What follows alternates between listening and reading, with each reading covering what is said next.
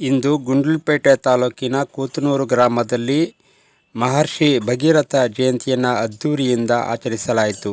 ಬಹಳ ಸಡಗರದಿಂದ, ಸಂಭ್ರಮದಿಂದ, ಉತ್ಸಾಹದಿಂದ ಈ ಒಂದು ಮೆರವಣಿಗೆಯಲ್ಲಿ ಎಲ್ಲ ಯುವಕರು ಅತ್ಯಂತ ಸಂಭ್ರಮದಿಂದ ನೃತ್ಯ ಮಾಡುವುದರ ಮುಖಾಂತರವಾಗಿ ಈ ಒಂದು ಉತ್ಸವಕ್ಕೆ ಶೋಭೆ ತಂದಿದ್ದಾರೆ. ಹಾಗಾಗಿ ಗುಂಡ್ಲುಪೇಟೆ ತಾಲೂಕಿನ ಕೂತನೂರು ಗ್ರಾಮದ ಎಲ್ಲ ಸಮಸ್ತ ಗುರು ಹಿರಿಯರಿಗೂ ಹಾಗೂ ಬಂಧು ಬಾಂಧವರಿಗೂ ಮಹರ್ಷಿ ಭಗೀರಥ ಜಯಂತಿಯ ಹಾರ್ದಿಕ ಶುಭಾಶಯಗಳು. ಶುಭ ಕೋರುವರು ಕೂತನೂರು ಗ್ರಾಮದ ಎಲ್ಲ ಗುರು ಹಿರಿಯರು, ಗ್ರಾಮಸ್ಥರು, ಊರಿನ ಮುಖಂಡರುಗಳು ಹಾಗೂ ಯುವಕರ ಸಂಘದ ಎಲ್ಲ ಪದಾಧಿಕಾರಿಗಳಿಗೂ ನನ್ನ ಅನಂತ ಧನ್ಯವಾದಗಳು.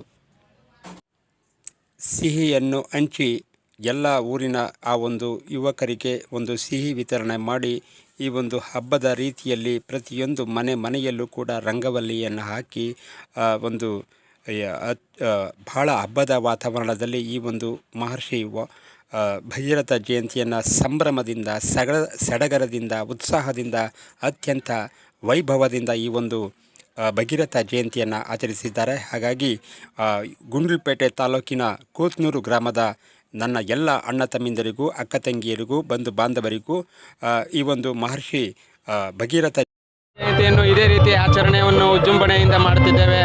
800 ವರ್ಷಗಳ ಕಾಲ ತಪಸ್ಸನ್ನು ಮಾಡಿ ಗಂಗೆಯನ್ನು ಧರೆಗೆ ತಂದಂತಹ ಶ್ರೀ ಭಗೀರಥ ಮಹಾಜಯಂತಿಯನ್ನು ಆಚರಿಸಲು ನಮಗೆ ಸಹಕಾರ ಕೊಟ್ಟಂಥ ಯಜಮಾನರುಗಳು ಮತ್ತು ಕೂತನೂರಿನ ಯುವ ಮುಖಂಡರುಗಳು ಮತ್ತು ಯುವಕರುಗಳಿಗೆ ತುಂಬ ಹೃತ್ಪೂರ್ವಕವಾದ ಧನ್ಯವಾದಗಳನ್ನು ಅರ್ಪಿಸುತ್ತೇನೆ. ಈ ಮುಖಾಂತರ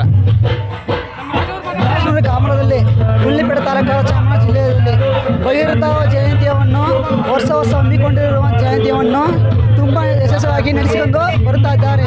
ನಮ್ಮ ಯಜಮಾನರಾದ ಮುಖಂಡರಾದ ಎಲ್ಲರೂ ಶಾಶ್ವತವಾಗಿ ನಡೆಸುತ್ತಿದ್ದಾರೆ. ನಮ್ಮ ಕೂತೂರಿನ ಹುಡುಗರ ಬಾಯ್ಸ್ಗಳಿಂದ ಫುಲ್ಲು ತುಂಬ ಖುಷಿಯಾಗಿದ್ದಾರೆ. ಇದಕ್ಕೆ ನನ್ನ ಮಾತನ್ನು ಮುಗಿಸಿದ್ದೇನೆ. ಧನ್ಯವಾದಗಳು. ಜೈ ಭಗೀರಥ. ವರ್ಷವೂ ಇದೇ ಥರ ನಾವು ವರ್ಷ ಗ್ರ್ಯಾಂಡಾಗಿ ಮಾಡ್ತೀವಿ. ಊರೊಳಗೆ ನಾವು ಕೂತನೂರಿನ ಮೂರು ಜೈ ಭಗೀರಥ ಉಪಾರ್ ಹುಡುಗರು.